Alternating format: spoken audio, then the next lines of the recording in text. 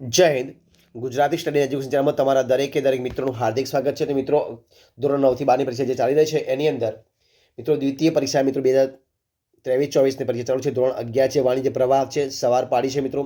વિષય નામાના મૂળ તત્વો છે, બરોબર છે. ધોરણ 11નું છે, વિષય નામાના મૂળ તત્વો છે, 2 કલાકનો સમય છે અને કુલ 50નું પેપર છે.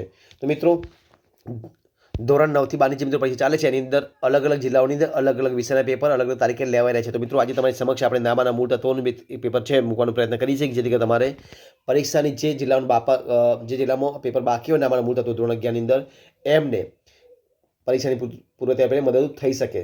તો જોઈએ આપણે તમારી સમક્ષ મૂકવાનો પ્રયત્ન કરીએ છીએ વિભાગ એ. તો જો વિભાગની એની અંદર શું આપ્યું છે કે નીચેના પ્રશ્નોના માટે આપેલા વિકલ્પોથી સાચો વિકલ્પ પસંદ કરીને જવાબ લખવાનો છે કે હિસાબી પદ્ધતિની મર્યાદા કઈ છે.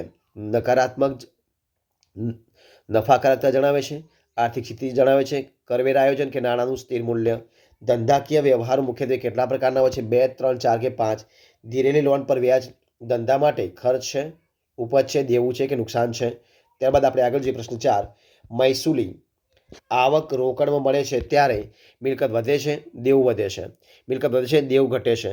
મિલકત વધે તો મૂડી વધે, મૂડી વધે તો દેવું ઘટે.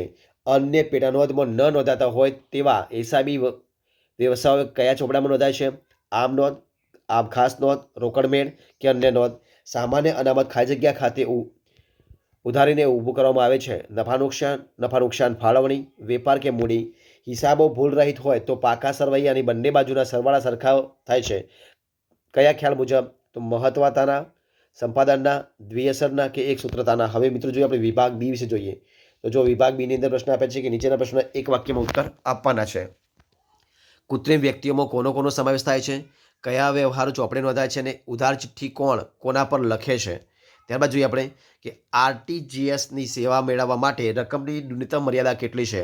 ખાતા વહીનું વિભાજન એટલે શું? ચોપડાઓનો રાજા શા માટે કહે છે?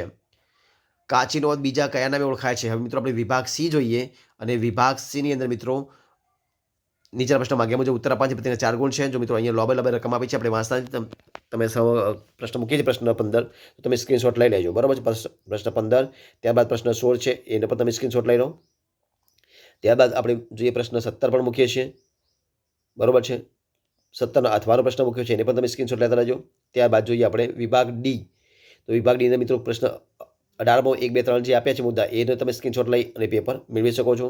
ત્યારબાદ 4 થી 6નો સ્ક્રીનશોટ લઈ લો અને એના પછી પ્રશ્ન 19 જે આપ્યું છે એનું તમે સ્ક્રીનશોટ લઈ શકો છો, બરાબર છે. ત્યારબાદ આપણે જોઈએ આગળ પ્રશ્ન વિભાગ ઈ જોઈએ. તો વિભાગની અંદર નીચેના પ્રશ્નો માગ્યા મુજબ છે. 20મો પ્રશ્ન છે મિત્રો. ધીરે ધીરે મિત્રો સ્ક્રોલ કરતો જાઉં છું, તમે ફટાફટ રકમ જે તમારી સ્ક્રીનશોટ રહીએ તમે લેતા જજો, કારણ કે બહુ જ લોબી રકમ છે એટલા માટે, બરાબર છે. તો જોઈએ, તમે રકમ નોંધતા જજો, બરાબર, સ્ક્રોલ કરતા જજો. અહીંયા તમારે હવાલો બધું આપેલું છે, બરાબર છે. તો મિત્રો આ રીતે મિત્રો આપણે અહીંયા પેપર પૂરું કરીએ છીએ. જો તમને વિડીયો ગમ્યો હોય તો લાઇક કરો, કોમેન્ટ કરો, તમારા મિત્રો વિડીયો શેર કરો. છેલ્લે ચેનલમાં નવા હોય, ચેનલ સબસ્ક્રાઈબ ન કરી હોય તો સબસ્ક્રાઈબ કરવાનું ભૂલવાનું નથી. વિડીયો પૂરેપૂરો જોવા બદલ તમારા દરેક મિત્રો દિલથી ખૂબ આભાર માનું છું. ફરી મળીશું નવા વિડીયો સાથે, નવા ટોપિક સાથે. ત્યાં સુધી બની રહો. જય હિન્દ, જય ભારત.